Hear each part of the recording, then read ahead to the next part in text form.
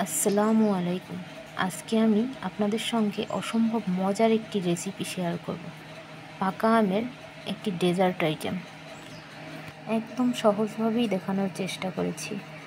ভিডিওটি না টেনে সম্পূর্ণ ভিডিও দেখার অনুরোধ রইল। আর আমার চ্যানেলটিকে সাবস্ক্রাইব করে রাখবেন নতুন নতুন ভিডিও পাওয়ার জন্য। পাকা আমের ডেজার্ট বানানোর জন্য আমি এখানে নিয়েছি 1 কাপের মতন সাগুদানা। আর নিয়েছি একটা পাকা আম, ছোট ছোট করে কেটে নিয়েছি।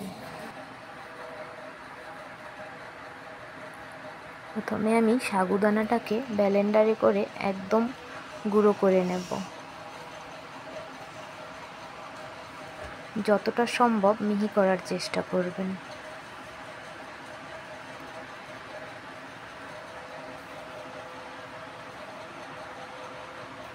আমি প্রায় 2 মিনিটের মতন ব্লেন্ডার করেছি।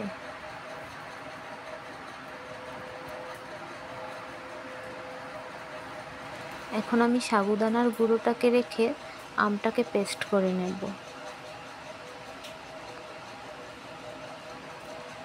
আমটা আমি ভালো করে পেস্ট করে নিয়েছি।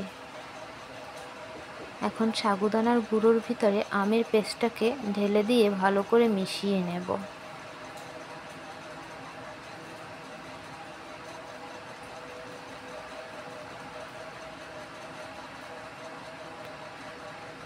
এর সঙ্গে আমি আরেকটু অ্যাড করব চিনি। এখানে আমি 1 চা চামচ চিনি নিয়েছি। আর দিয়ে দেব একটু লবণ। এখানে আমি এখন এটাকে হাত দিয়ে মেখে একটি ডোয়ের মতন তৈরি করে নেব। আর এখানে মাখার সময় যদি একটু ডোটা শক্ত লাগে একটু পানি দিয়ে দিতে পারেন অল্প করে, আমার এখানে দরকার হয়নি। এখন আমি ডোটাকে 20 মিনিটের জন্য রেস্টে রেখে দেব।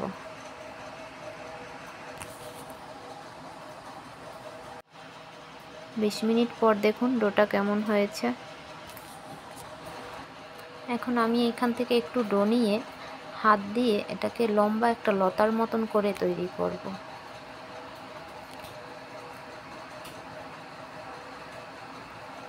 দেখুন আমি কিভাবে লতার মতন তৈরি করছি, ঠিক এভাবে আপনারাও করবেন। এখন একটা চাকু দিয়ে আমি ছোট ছোট করে কেটে নেব এখান থেকে।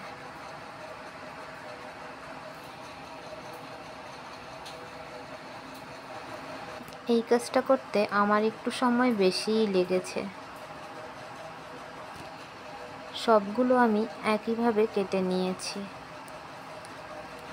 এখন আমি এখান থেকে একটু একটু করে ডো নেব আর এরকমের হাতের নিচে নিয়ে গোল একটা শেপ দেব।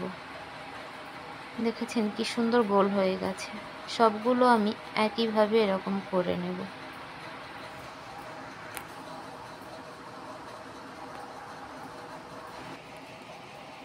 সবগুলো একই রকম করে আমি বানিয়ে নিয়েছি। দেখুন কত সুন্দর দেখা যাচ্ছে। এখন এগুলোকে আমি সেদ্ধ করে নেব। সেদ্ধ করার জন্য আমি চুলার উপরে গরম পানি বসিয়ে রেখেছি। এখন একদম গরম পানির ভিতর বলগুলোকে আমি ঢেলে দেব।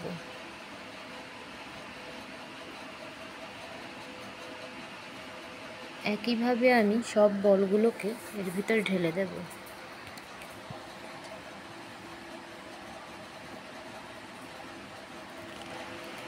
যখনই এই বলগুলো সেদ্ধ হবে একে একে পানির উপরে ভেসে উঠবে। দেখলেই আপনারা বুঝে যাবেন যে এটা সেদ্ধ হয়ে গেছে।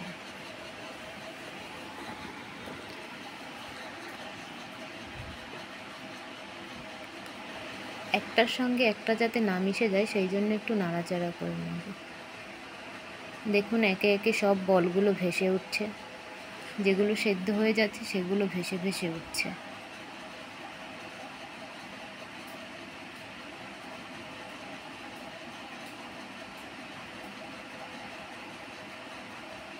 আমার এখানে সবগুলো বলই প্রায় ভেসে উঠেছে।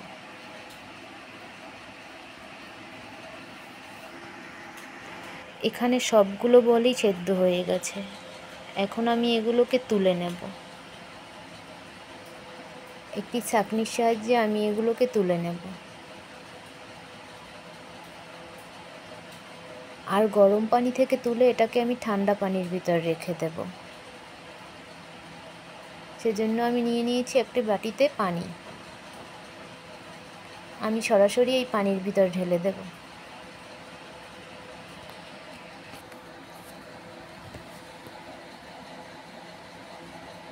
সবগুলো আমি একইভাবে ছেঁকে নিয়েছি। এখন এগুলোকে আমি একটা ছাঁকনির উপরে আবারও ছেঁকে নেব। আমার কাছে লিকুইড দুধ ছিল না, সেই জন্য আমি গুঁড়ো দুধ দিয়ে আজকের রান্নাটা করব। আর সাথে দিয়ে দেব একটু কনডেন্স মিল্ক।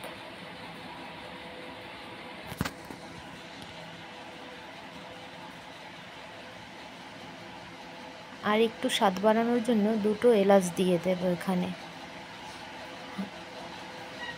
আর দিয়ে দেব চিনি। চিনিটা আমি এখন অল্প করেই দেব, কারণ পরিবেশন করার সময় আমি এর সাথে আইসক্রিম দিয়ে পরিবেশনটা করব। সেই জন্য আমি এখন একটু চিনি কমই ব্যবহার করেছি। নেড়েচেড়ে ভালো করে দুধটা মিশিয়ে নেব। আর এর ভিতর দিয়ে দেব আমি একটু কর্নফ্লাওয়ার। আমি এখানে একটু কর্নফ্লাওয়ার নিয়েছি। এটাকে গুলিয়ে আমি দুধের ভিতর দিয়ে দেব।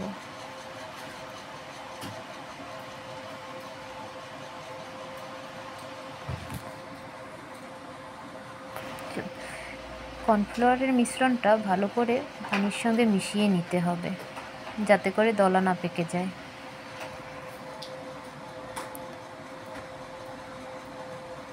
এখন আমি কর্নফ্লাওয়ারের মিশ্রণটা দুধের ভিতর ঢেলে দেব। দিয়ে সঙ্গে সঙ্গে নাড়াচাড়া করতে হবে, না হয়তো জমাট বেঁধে যেতে পারে। দিয়ে দেব স্বাদ মতন লবণ।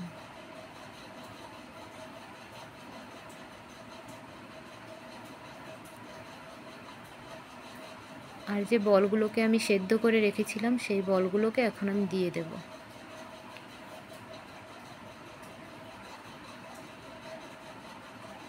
একটু নেড়েচেড়ে ভালো করে মিশিয়ে নেব।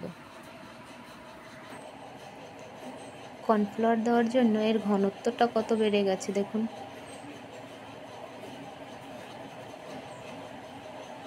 আমি আর একটু সময় রান্না করব, তারপরে নামিয়ে নেব।